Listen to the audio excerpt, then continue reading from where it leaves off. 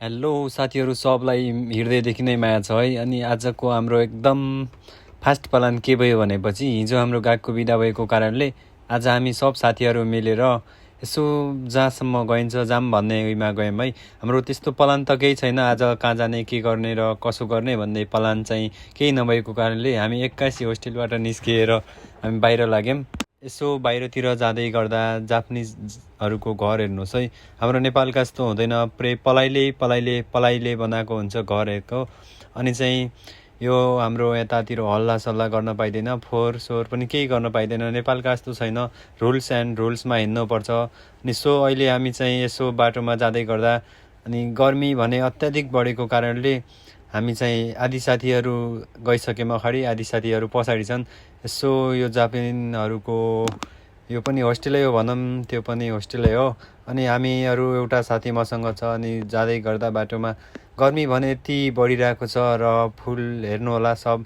तपाईँहरूलाई स्वागत छ मेरो फेसबुकमा। अनि भिडियो मन परे लाइक गरिदिनु होला, कमेन्ट सेयर सब्सक्राइब गरिदिनु होला। अब हामी यसो जाँदै गर्दा केही साथीहरू पछि छुटेको थिए र हामीहरू दुईजना साथीहरू अगाडि हिँडिसकेका थियौँ। बाटोमा जाँदै गर्दा यस्तै हो साथीहरू, जापानमा स्टुडेन्ट लाइफ एकदम गाह्रो छ, के गर्ने होइन, लास्टै गाह्रो छ स्टुडेन्ट लाइफ। बिहान उठ्नुपर्छ, काम जानुपर्छ, कामबाट फेरि गएको जानुपर्छ, आएर खाना नखाएरै अनि फेरि अझ आफ्नो उयोमा हिँड्नुपर्छ। हामीलाई अहिले यसो पानी प्यास लागेर भेन्डिङ मेसिनमा पानी हेऱ्यौँ, तर त्योमा नभए अर्कोमा आइसक्यौँ। अर्कोमा पानी खाँदै गर्दा चाहिँ हामीसँग 1 रुपियाँ नलिएको, भेन्डिङ मेसिनले नलगेको कारणले हामीसँग चाहिँ हामीले पानी खाने विचार गरेर पानीको लागि साथीहरू हेर्दैछन्।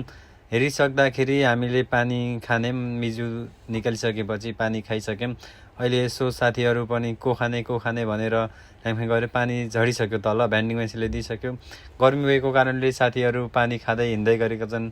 गर्मी भने आज 40 डिग्री गर्मी थियो जापानमा।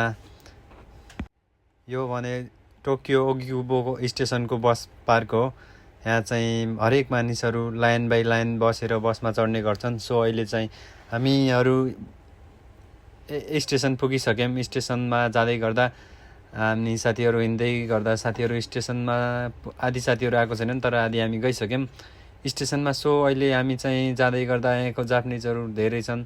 अनि हामी लिफ्टमा चढिसक्यौँ। साथीहरूले मजा गर्छन् लिफ्टमा, त अरू जे असुल नगरे पनि, तर हामी आएको 20-22 लाख रुपियाँ लिफ्टमै चढेर असुली गर्छौँ भनिरहेको हुन्छन् जहिले पनि साथीहरूले। हामीहरू लिफ्टमा जाँदै गर्दा साथीहरू सब आफ्नो तालमा छन्। गर्मी भएको कारणले लास्टै गर्मी छ जापानमा।